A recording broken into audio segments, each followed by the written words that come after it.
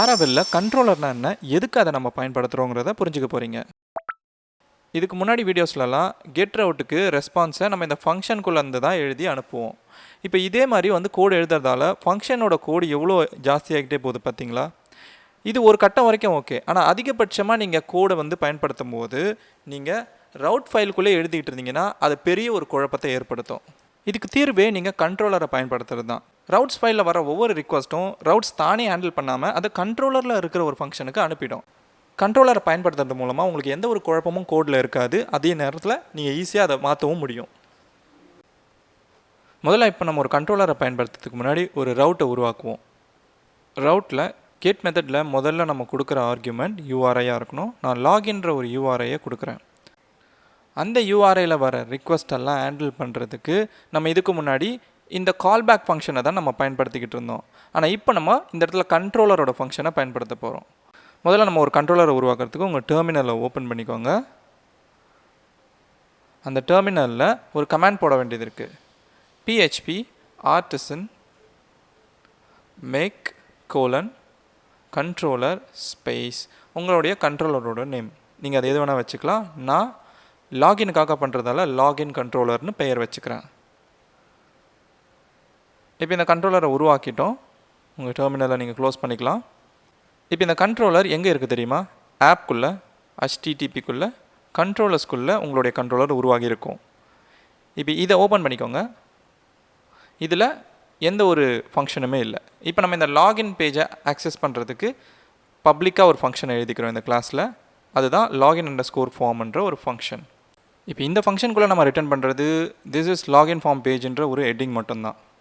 ஏன்னா இது ஒரு எக்ஸாம்பிள். இதுக்காக நம்ம எந்த வியூவும் ரிட்டர்ன் பண்ண போகிறதில்ல. இப்போ அந்த கண்ட்ரோலர் ஃபங்க்ஷனை நம்ம இங்கே பயன்படுத்தணும்னா இந்த ரவுட்டில் இருக்க கால்பேக் ஃபங்க்ஷனை எடுத்துகிட்டு இந்த இடத்துல அரே வேல்யூஸை இங்கே கொடுக்கணும். அதுக்கு அரே நோட்டேஷன் பயன்படுத்திக்கிறேன். அதுக்குள்ளே முதல் வேல்யூவாக லாகின் கண்ட்ரோலர்ன்ற கிளாஸை நான் இன்க்ளூட் பண்ணணும். இங்கே லாகின் கண்ட்ரோலர் நீங்கள் டைப் பண்ணும் போதே ஆட்டோ கம்ப்ளீட்டில் உங்களுக்கு இந்த லாகின் கண்ட்ரோலர் வந்துடும். இதோட பேத்தை பார்த்துக்கோங்க. கண்ட்ரோலர்ஸ்குள்ளே தான் இருக்கும் அந்த பேத். இதை நீங்கள் என்டர் பண்ண உடனே உங்களுக்கு மேலே இன்க்ளூட் ஆகிடும் அந்த கிளாஸு. இப்போ இது ஒரு கிளாஸுன்றதால இந்த கிளாஸோட பேருக்கு அப்புறம் ஸ்கோப் ரிசொல்யூஷன் ஆப்ரேட்டர் அப்புறம் கிளாஸுன்ற கீவேர்டை பயன்படுத்தணும். இப்போ இதுக்கு அடுத்து ரெண்டாவது வேல்யூ நம்ம ஒன்று ஆட் பண்ண போகிறோம். அதுதான் இந்த கண்ட்ரோலருக்குள்ளே இருக்கிற ஒரு ஃபங்க்ஷன். நம்ம லாகின் கண்ட்ரோலருக்குள்ளே login_formன்ற ஒரு ஃபங்க்ஷன் உருவாக்கணும்ல, அதை இங்கே கொடுத்துட்றீங்க. இப்போ இந்த ஃபங்க்ஷன் தான் இந்த ரவுட்டில் வரப்போகிற ரிக்வஸ்ட்டை ஹேண்டில் பண்ண போகுது. ப்ரௌசரில் போய்ட்டு நீங்கள் உங்களுடைய டெவலப்மெண்ட் யூஆர்எலுக்கு அடுத்து லாகின்னு டைப் பண்ணிங்கன்னா அந்த ரவுட்டுக்கான ரெஸ்பான்ஸ் என்னவோ அது கிடச்சிரும். ஏன்னா இந்த ஹெட்டிங் தான் நம்ம அந்த ஃபங்க்ஷனில் கொடுத்துருந்தோம். தெரியுதா? சரி, இப்போ இதே மாதிரி அதே லாகின்ற யூஆர்ஐ வச்சு ஒரு போஸ்ட் ரவுட்டை உருவாக்குறேன். அதுக்கு லாகின் கண்ட்ரோலர் கிளாஸ்க்குள்ளே இருக்கிற இன்னொரு ஒரு ஃபங்க்ஷனுக்கு அந்த ரவுட்டோட ரிக்வஸ்ட்டை அனுப்ப போகிறேன். அங்கே கண்ட்ரோலர் ஃபங்க்ஷனில் login_processன்னு இன்னொரு ஃபங்க்ஷனை எழுதிக்கிறேன். இந்த ஃபங்க்ஷனுக்குள்ளே நம்ம லாகின் ப்ராசஸுக்கு தேவையான ஒரு ரெஸ்பான்ஸ் கிடைக்கும். உதாரணத்துக்கு ஒரு லாகின் ஹஸ் பின் ப்ராசஸ்டுன்ற ஒரு ஸ்ட்ரிங்கு. இப்போ இந்த ரவுட்க்கு நம்ம இன்னொரு ஃபங்க்ஷனை அசைன் பண்ணிக்கலாம். அதுதான் login_process. அதே மாதிரி இன்னொரு கெட் ரவுட், அது forgot password அப்படின்ற ஒரு பேஜை காட்டுறதுக்கு. இந்த மாதிரி பல ரவுட்களோட ரிக்வஸ்ட்டை ஹேண்டில் பண்ணுறதுக்கு ஒரே ஒரு கண்ட்ரோலரை நம்ம எழுதியே அதோட மொத்த வேலைகளையும் முடிக்கலாம். அதே மாதிரி பல்வேறு வேலைகளுக்கு பல்வேறு கண்ட்ரோலர்களையும் பயன்படுத்தலாம். இப்போ உதாரணத்துக்கு இது வரைக்கும் நம்ம எழுதுனது லாகின் சம்மந்தப்பட்ட வேலைகளை பண்ணுற ஒரு கண்ட்ரோலர். இதுக்கு அடுத்து நம்ம உருவாக்க போகிறது போஸ்ட்டை வியூ பண்ணுறதுக்கான ஒரு கண்ட்ரோலர். அதுக்கு நம்ம போஸ்ட் கண்ட்ரோலர்னு ஒரு கண்ட்ரோலரை உருவாக்கிக்கலாம். இப்போ உருவாக்கின கண்ட்ரோலர் எப்படியும் ஆப்குள்ளே HTTPக்குள்ளே கண்ட்ரோலர்ஸ்ன்ற ஃபோல்டருக்குள்ளே தான் இருக்க போகுது. இந்த கண்ட்ரோலருக்குள்ளே நம்மளுக்கு தேவைப்படுற ஃபங்க்ஷன் எல்லாம் எழுதலாம். உதாரணத்துக்கு கிரியேட் மற்றும் ஷோன்ற ஃபங்க்ஷன் மாதிரி. ஒரு முக்கியமான விஷயம் என்னென்னா, ஒரே பேரில் ரெண்டு ஃபங்க்ஷனை நீங்கள் ஒரு கிளாஸ்க்குள்ளே எழுத முடியாது. அப்படி எழுதுனீங்கன்னா உங்களுக்கு அது எரர் காட்டும். அதனால் ஒவ்வொரு ஃபங்க்ஷனுக்கும் தனித்தனி நேமை நீங்கள் கொடுத்தாகணும். இப்போ இதில் நம்ம ஷோன்ற ஒரு ஃபங்க்ஷனை பயன்படுத்துகிறோம்.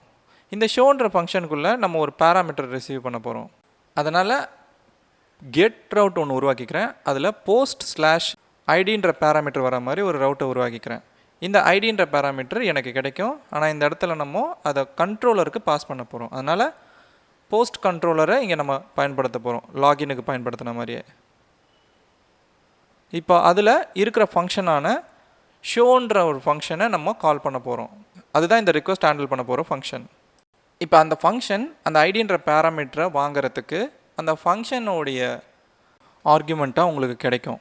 உதாரணத்துக்கு இந்த ஷோ மெத்தடில் நான் இந்த ஐடின்ற வேரியபிளை டிக்ளேர் பண்ணும்போது இப்போ இந்த ஐடி வேரியபிள் நம்ம அந்த ரவுட்டில் என்ன ஐடி பேராமீட்டரை பாஸ் பண்ணுறோமோ அதை கொண்டு இருக்கும். அந்த வேரியபிளை நம்மளுக்கு தேவைக்கு ஏற்ற மாதிரி பயன்படுத்திக்கலாம். இப்போ உதாரணத்துக்கு நான் இந்த வியூ போஸ்ட் ஆஃப் ஐடி அப்படின்னு சொல்லிட்டு அந்த ஐடியை காமிக்கிற மாதிரி. ஆனால் நான் இப்போ இந்த போஸ்ட் ஸ்லாஷ் ஐடின்ற அந்த பேராமீட்டரை பாஸ் பண்ணும்போது எனக்கு அந்த ஃபங்க்ஷன் வேலை செய்யலை. ஏன் வேலை செய்யலை தெரியுதா? லாகின் கண்ட்ரோலரில் ஷோ மெத்தட் இல்லை அப்படின்னு அது எரர் சொல்லுது. அப்படின்னா என்ன? நம்ம இந்த ரவுட்டுக்கு போஸ்ட் கண்ட்ரோலரை தான் பயன்படுத்தியிருக்கணும், ஆனால் லாகின் கண்ட்ரோலரை பயன்படுத்தியிருக்கோம். நம்மளுடைய போஸ்ட் கண்ட்ரோலருக்குள்ளே தான் ஷோ மெத்தட் இருக்குது. இந்த மாதிரி வந்து தவறான கண்ட்ரோலரை பயன்படுத்தி எரர் வாங்கிடாதீங்க. ஸோ இப்போ பார்த்தீங்கன்னா சரியாக வேலை செய்யும்.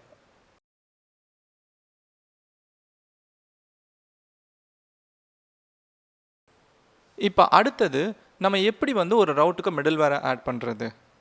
மிடில்வேர்ன்றது வந்து உங்களுக்கு போன வீடியோவிலே நான் சொல்லியிருப்பேன், உங்களுக்கு ஞாபகம் இருக்கும்னு நினைக்கிறேன். இந்த மிடில்வேரை ஒவ்வொரு ரவுட்டுக்குமே நம்ம ஆட் பண்ண முடியும்.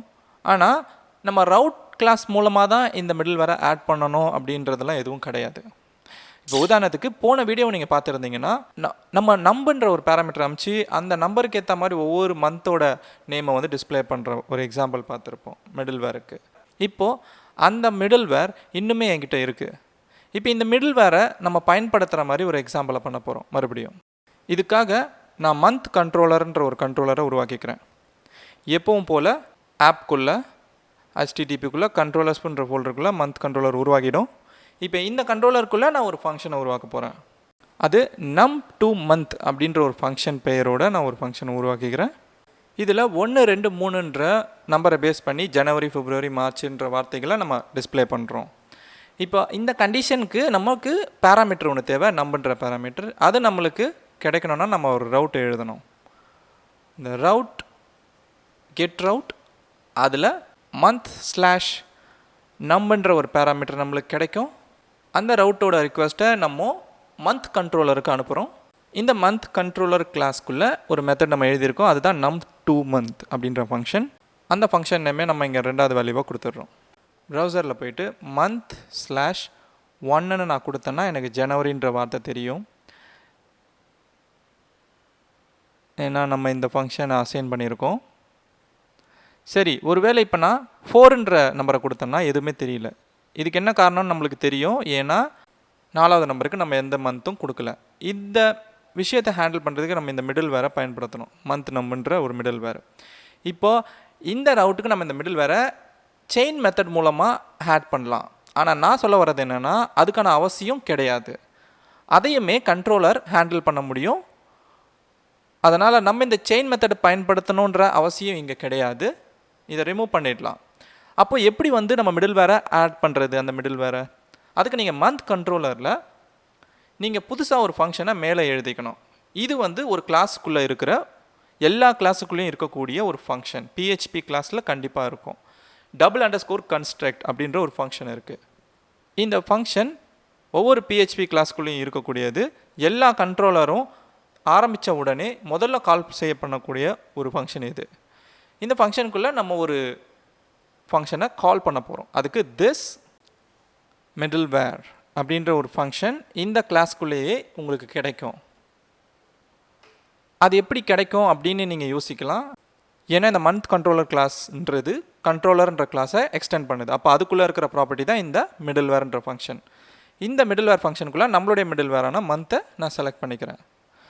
இப்போ இதில் மிடில்வேர் அப்ளை பண்ணியாச்சு. மந்த் மிடில்வேர் இந்த கண்ட்ரோலர் கிளாஸ் முழுக்க வேலை செய்யும். இப்போ திரும்பவும் நான் 4வது பேராமீட்டர் அமிச்சா பார்த்தீங்கன்னா எனக்கு ஜனவரிக்கு ரீடைரக்ட் ஆகிடுச்சு. இதுதான் அந்த மிடில்வேரோட வேலை. ஏன்னா அந்த மிடில்வேரில் நம்ம என்ன கண்டிஷன் எழுதியிருக்கோன்னு ஞாபகம் இருக்கா? > 3 இருந்துச்சுன்னா இந்த மந்த் 1ன்ற பேராமீட்டருக்கே அனுப்பிடு அப்படின்னு. அதனால தான் திரும்ப நம்மளுக்கு ஜனவரியே டிஸ்பிளே ஆகிருக்கு. இந்த மிடில்வேர் தான் காரணம் அதுக்கு. இப்போ இந்த கண்ட்ரோலருக்குள்ளே மிடில்வேரை அப்ளை பண்ணுறது எப்படி அப்படின்றத தெரிஞ்சுக்கிட்டீங்க.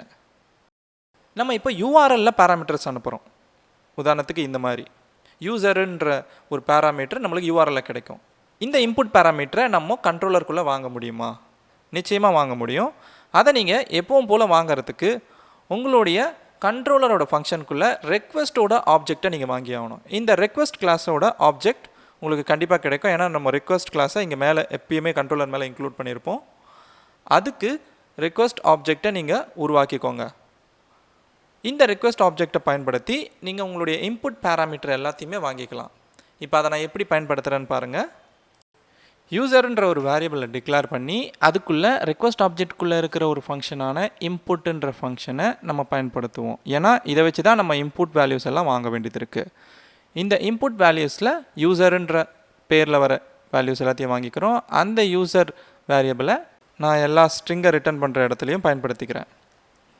இப்போது ஒவ்வொரு பேராமீட்டரும் நான் பாஸ் பண்ணுறேன். எனக்கு அந்த இன்புட் பேராமீட்டருக்கான வேல்யூ வந்திருக்கு.